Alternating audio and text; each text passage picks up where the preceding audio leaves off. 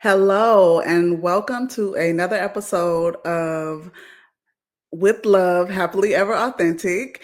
Thank you for joining us for our February series. We are going to be talking about real love in our girlfriends chat. I am your host, Katrina, and I thank you once again for coming and being a part of everything that we are doing here at Happily Ever Authentic. If you are familiar with a wife, you are a wife, you know someone who may draw interest from the things that we share here. Feel free to share this, to like it, and to subscribe to this channel for more content. Let's go ahead and get started. Hello, I'm here. I'm your host, and I have a very special guest today. I am so excited to bring her on. She is one of my very best friends. I've known her for as long as I've been alive, and I am super excited to have our very first February Girlfriends chat with her. Her name is Tiffany Mann, and when she comes in, I'll let her tell us a little bit more about who she is.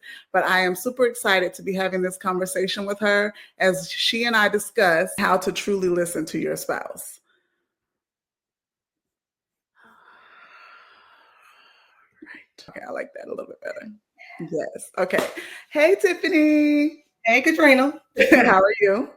I'm doing well. Very good. I'm excited to be at Happily Ever Authentic. And I just am excited to do this girlfriend's chat with you. Let's go. Yes, yes.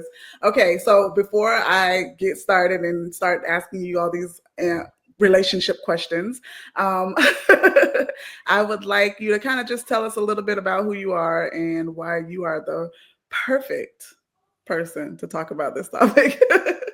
I was not perfect, but I will tell you, like she said, we've known each other since we can remember. We can't remember not knowing each other. And Right. so that's been a while. But I'm Tiffany, and I am from South Florida. I am married, been married for almost 16 years to my husband, John, and we have 4 children together. And professionally, I'm an educator by trade. I've kind of had all the positions: teacher, instructional coach, assistant principal, and now I am delving into the world of homeschooling and private school and charter school, all the things. So I'm an advocate for education. I'm an advocate for helping families, and whatever that looks like. It can be husband and wife dynamic, parent child. But that's kind of where my passion lies. So when she was like, let's talk about listening Come and on. listening to our spouses, I was like, well, depends on the day you catch me. But I think I've had experience not just with listening in general and what that looks like and what it sounds like to be in different atmospheres where it's very crucial to listen critically. Right. So when she talked to me about it, I was like, I guess I can share a little something, but You can. a little something. 16 years, you got something to share. I got something to share, just a little bit. Well, I guess we can begin by really just discussing what the difference between listening and hearing is. Because I think people sometimes get that mixed up and they think that they have walked away from a scenario or a conversation having heard a person, and they may have, but have they actually listened to what was said by the individual? Absolutely. And I think, the way that I kind of try to define it for myself is when I'm in a space, I can hear other sounds and noises that are going on. Even when I'm walking outside, I can hear that there's birds that are chirping, but I'm not listening. I'm not making an intentional effort Right. to just hear what's being said, but then to understand it. Right. And a lot of times I think what happens is we hear that someone's speaking, but maybe we're already prepared for our rebuttal. And so we know that they're speaking words. We can hear that words are coming out, sound is being exchanged, but we are not actually listening to the words that are being spoken with intent to understand. That part. And a lot of times I think we have our own idea of what they're saying or why they're saying what they're saying. And so all of these motives and all these preconceived notions kind of get in the way of you being able to actually listen well. You can hear, but you're not necessarily having the ability to listen. And that can become a source of contention in a relationship, any relationship, but especially in a marriage, because a lot of times you're making some crucial decisions together. Yes. And so that listening can really impact a level of communication, which a lot of marriages, that's kind of the crux. It's like we don't communicate well. And it's like, well, are you listening to each other? Or Right. are you just hearing each other? Are you already ready to like rebut what they're saying or defend your position or argue your point? Are you being, did they trigger you in some way? Did they hit a nerve and you like, Right. oh no, no, no, I'm gonna make sure I speak my piece? Are we That's getting loud? Are we using language that's gonna cut the person to the core and we can't really get through and sift through the that. real piece of the conversation? Oh So a man. lot of those things happen, I think, when you're having some type of discussion or argument, and we go from trying to listen, starting off listening, thinking we're listening, all the way down to just hearing. And you can see it. You can see people's body language. They're like checked Right. out. Mm-hmm. Uh-huh. You know. That's a good one. All Right. right. Mm-hmm. Okay. When you Really. start doing short, okay. You are hearing, and you made a nan listening happening. Right. Not that I've been there before. Not that I. Right. Exactly. I think that you hit the nail on the head about the distractions that may be going on within you. But like you said, you're hearing and you're wanting to respond. So you're only thinking about your response. You're not actually just letting the person or absorbing what the person is giving. On top of that, you may have had whatever kind of day yourself prior to listening. So you got all the stress, all your other thoughts, all the bills, all the whatever else on your mind, what the kids have going on or don't have going on your mind when you sit down to try to have that conversation. So that Absolutely. hearing aspect is so real for the Mm-hmm. fact that a lot of our conversations are probably heard and not listened to. You got it. And then we feel like we're having the same conversation over and Yes, over again because listening and understanding did not actually take place. And so it may require some steps and some behaviors that we're not used right, to really try to yield those results. And, as wives, we don't have to always wait for our spouses to be the ones to initiate. I believe we have our own individual relationships with God, right. and God calls us up and calls us out of certain behaviors. Yes, And so when we begin to shift and be intentional about our behavior, there's a power of influence that can happen within our household, our husbands, our children, our other family members. right. You get known by that light that you carry in the way that you conduct yourself. But for most of us, many of us, that is not a habit or a practice that's familiar. Yes. So, reading books and looking and doing different things. I've done a few things over the years that I think has helped me in Okay. that journey. But like I said, I'm still working. It's on me. Still learning, still processing. Still.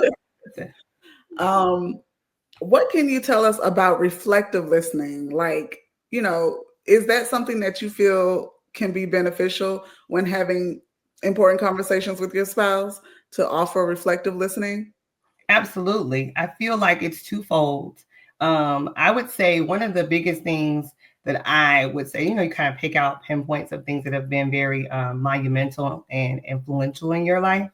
And in my marriage in particular, I would say that we were like maybe 5 years in to be married. Well, maybe a little bit longer, maybe 6, 7 years in. My husband said we were going to go to a marriage retreat. Nice. I was like, a marriage retreat. You see how you said nice? Okay. That was not the response that I gave. I Okay. don't know how my listening skills were. I'm at this mature like stage, and yes, nice would be my response. But back then, it was like, why? What for? In my mind, we ain't had no issues and no problems. I thought that was something that maybe older people did. I thought that it maybe was something people of different culture went to. Like I didn't. It wasn't something I experienced growing up. It wasn't like I heard my parents talk about marriage retreats or people around Right. me. Right. So it wasn't familiar to me. And so I'm like kind of kicking and dragging, like, I don't want to go, complaining and stuff like that. When we attended though, that was a part of the topic. Of course, communication being this major kind of wedge in between relationships. Right. And what they did is they had like sessions where we were together as couples. Then they had individual sessions. So the wives went together and the husbands went together. Okay. I thought that was really, really beneficial because, of course, on pretty much every session, they're talking about communication, Yes. how there's a form or a way that you can communicate with your spouse where you're not only reflecting on kind of your part that you play in the conversation and like you're intentional about your behavior, but also how you respond to get clarity, to kind of like reflect, like, okay, wait, I heard this. I'm listening, and this is what I think I heard. But is that what you actually Yeah. said? Is that what Right. you meant? For me, I call it clarification. But I Okay. think it is reflecting back to them what they're saying. It's kind of the same process, I think. You say it's the Absolutely. same concept. Yeah. To me, it's getting clarity or reflecting back what you heard. Because sometimes, come to find out, what we heard is not what they said. Absolutely. And so we're hearing through like somebody heard somebody say like a broken record, or we're hearing it through these like kind of distorted, kind of trauma based, different types of Right. experiences, All the issues. Right. all the things when they hit that button. You know, I saw one professional development said, lady said, we all have buttons, but some of us wear them outside of our Mhm. clothes. Some of them tuck them inside. They're still there, but they're not as easily Yeah. sensitive to the touch. So I feel like Love it's that. important to it's important to see if what you heard is actually what was said, and Okay. then even if that was the intent. And so I think that that process helps me also to reflect in my intentionality of being present. Right. I can't, Whoa. Talk about presence. well, I can't be ready to blow and ready to respond if I'm going to ask you if what I heard is what you actually, I actually have to listen. Right. To give that back, to reflect, to be like, okay, so you told me that you would rather, you know, stay home this weekend than go to this family event. That's Right. what I think I heard. I can't be ready to start to ramble on and on about why, you know, you don't ever want to go anywhere, blah blah blah. I need to actually be able to be present in the conversation, to actually reflect back to you, or to get that clarification. Yes. And that sometimes can help you kind of calm down a minute, because you're out of and you're ready, but you Yeah. want to actually know if you heard your spouse. And I think that's like almost hearing the heart of your spouse. Yeah. You're That married to this person. present. Oh, that's Well, so you married the person, you love this person. I think you think right. they love you. So you want to hear their heart. And sometimes their words don't really match. You know what I mean? Like Yeah. sometimes you need to understand if that's where they're coming from. That's And what that reflection, that clarification, that intentionality and being present, I think is a part of the process to actually hear, to actually listen well and not just hear those words that are being spoken. right. Right. Yeah. Yeah. I love that you said the present part, because to me that stands out strongly, at least personally, because I have a strong habit of listening to respond. And Okay. I'm learning to Oh, be I know more. that. I know that even in our friendship. Girl, I'd be like, I already got You my made opinion. me I respond. already have to finish what you're saying because I already got my opinion and We I need had to the other hear day. you. I was So like, let me finish. Let me finish. that I'm learning. I'm learning. I'm Look, learning think that about in it. this relationship. I was gonna say we practice these habits Right. all around. Right. There, they may be reflect. We may be talking specifically because with our husbands, there's a little bit of a way at kind of at the end of the conversation, I kind of wrap it up to make sure I feel like. But we practice these habits in other relationships. So Absolutely. if we are not present and we're not getting clarification, it could be at work, it could be with your children, especially those high intense moments. Right. But we learned them, honestly, a lot of us from how we interacted with our family. Right. So that wasn't a you know, a romantic relationship. That was just our Right. siblings and our parents. Yeah. And we learned how to hear and not listen, or listen better, and you know, kind of not necessarily do the hearing thing, be present, all of those things. So like you said, I know Definitely learn how to people. zone out in conversation with parents. So that right there, if you don't Absolutely. rectify that, that'll be your ongoing relationship conversation with everybody, to be honest. Everybody being chillila here but not here. Right. Yeah, Absolutely. they told your kids they could have whatever they want, and they're like, "Well, she hurt me. I wasn't listening." You know, we've been out with kids. We say yes, Hmm. and we heard them ask a question. We weren't listening to the question they asked. Right. And I think when you're dealing with the dynamics of a spouse, and I think that goes back to personality too. For sure. If you are married to a spouse, like I've heard my pastor say, opposites attract and then attack, right? So if if one of you is more outgoing, let's just say, take it for example as the wife. She's outgoing, she's talkative, she talks for a living. That is her profession. You might be married to someone who is the opposite personality, more quiet, Right. reserved.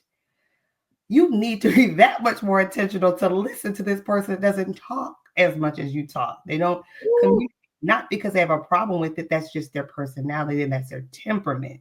Okay. So now in these conversations with a person that doesn't have as much of a talkative nature, you're hearing them and not listening, and you're going back and forth. Like that can create a dynamic, I believe, where a person who's not as talkative doesn't want to talk even more. Right. Because here comes the conversations. I'm kind of getting beat down in the conversations. Right. And so that's another part to be mindful of is your spouse's actual personality.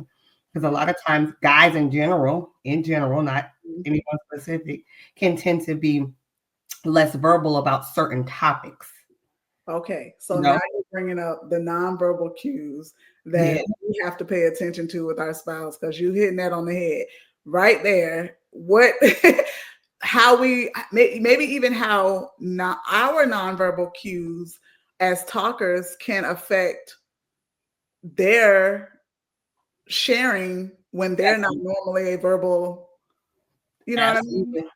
Look at my mama gave me some advice, and I think that might be the other part that like up there with those difference makers, those influential moments or pieces. That marriage retreat was up there, getting away and hearing other people talk about the things that we were experiencing. Different speakers, different backgrounds, Right, other couples in the same environment, trying to hear about how to grow your relationship in a godly fashion. right. That was powerful. That was the intent of the weekend. That was very intentional. Yeah. So really big ups to John for that. But my Right. mama told me What she said, girl? that when you want to have a conversation, and usually I'm talking about a conversation that might be a little heavier, Right. that because a lot of times as women who tend to be more verbal, Oh, that we tend to be ready for these conversations all the time. right. Whereas a man probably needs to get in a headspace to be able to have a conversation where you'll yield the best results. Right. Let's just say the flip of that could be Mm-hmm. generally, Mm-hmm. picking up your alley, men tend to be more ready for physical engagement, right? Let's go. They're ready. They don't need to get ready. They Let's stay talk ready. about it. They stay ready. You got to get ready. They stay ready. Stay ready. So then they have to do some work on the side of the woman to make sure that she's in position to get ready. It looks a little different. I think the same can be true maybe on the reverse. Again, not for all couples, but for many, Right. that the woman is ready to talk. So her advice to me was to simply say to my spouse, to John, "Hey, honey, there's some things I want to talk about. Can you let me know when's a good time for you that we Right. can have this conversation?"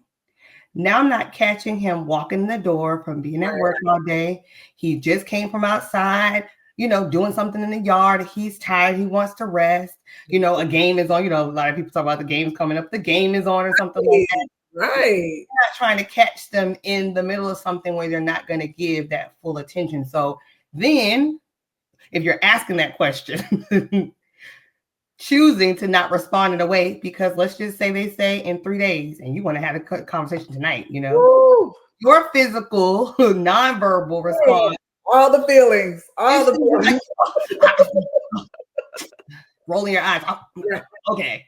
Like now, how do you think he's going to want to approach that conversation when it's time? So just being mindful of the fact that you are positioning yourself to try to yield the best results from the conversation, and where he's in a mind space to be able to actually have the conversation with a clear head, right? So with that being the case, you're kind of saying, okay, your schedule looks like this. I'm pretty much always ready. You could tell me tonight. You could tell me right now. You could tell me in 2 days. I'm probably ready all those times. Right. How you respond when you actually ask that question, because there'd be times where I would ask it and he wouldn't say the date that I want him to say. So now, There it it ain't really working now. The very thing you're trying to be kind, now you're being mean. Like, is. definitely be mindful of their nonverbal. Be Right. mindful of yours, because you could very much Mhm. say, he could say, let's talk on Saturday. And then when you go to talk on Saturday, he don't look like he's in the right mind space. Like, pay attention to those nonverbal cues of your significant other, because even though they're talking, especially when you're having a conversation that is a little weightier, Right. it's heavier, that you're mindful of the fact that the conversation can escalate, and that's not the goal. The goal is to kind of resolve or come to some type of solution. And when we're not listening, when we're just hearing, we're not listening, or the other person's getting frustrated and you can see it, it's okay to take a pause and take a break, because you don't want to, provoke your spouse. You don't want to invoke those type of emotions. I'm not saying that means abandon all conversations and don't have them. Right. That's a part of listening. Can't be that. Can't be that. No, we got to talk about it. We got to talk about it. Do you need resources? Do you need to watch a video together addressing the same issue and have a conversation? I love that. Do you need to read a book together and have a dialogue? Do you need to pray about it together and put it to the side? Yes. Do you seek outside counsel? Do you guys need to go do something fun to reconnect and then have that conversation? Right. Listening and paying attention to nonverbal, maybe y'all are both stressed and you need a de-stressor, right? I'm listening, I'm looking at you, I can see that you're on edge. Let me relieve this stress so that we can actually have a decent conversation about whatever the topic is. That's nonverbal. Right. I don't necessarily walk in, I'm so stressed. Maybe women, maybe we do a little bit more. Let you know what I'm thinking. Right. No, and maybe it's time to do something to just, I know you're thinking about the thing you could do, but you can do that too. But there's other stuff to do too. There's other things to do. Other things to do. Yeah, there's more going on. There's stuff you can do. But I do think that it's important because communication is such a vital part of our relationships. Yeah. So it definitely needs to be cultivated in a way that allows for growth. And I guess maybe you said that's why I'm here 16 years later. Right. Professional.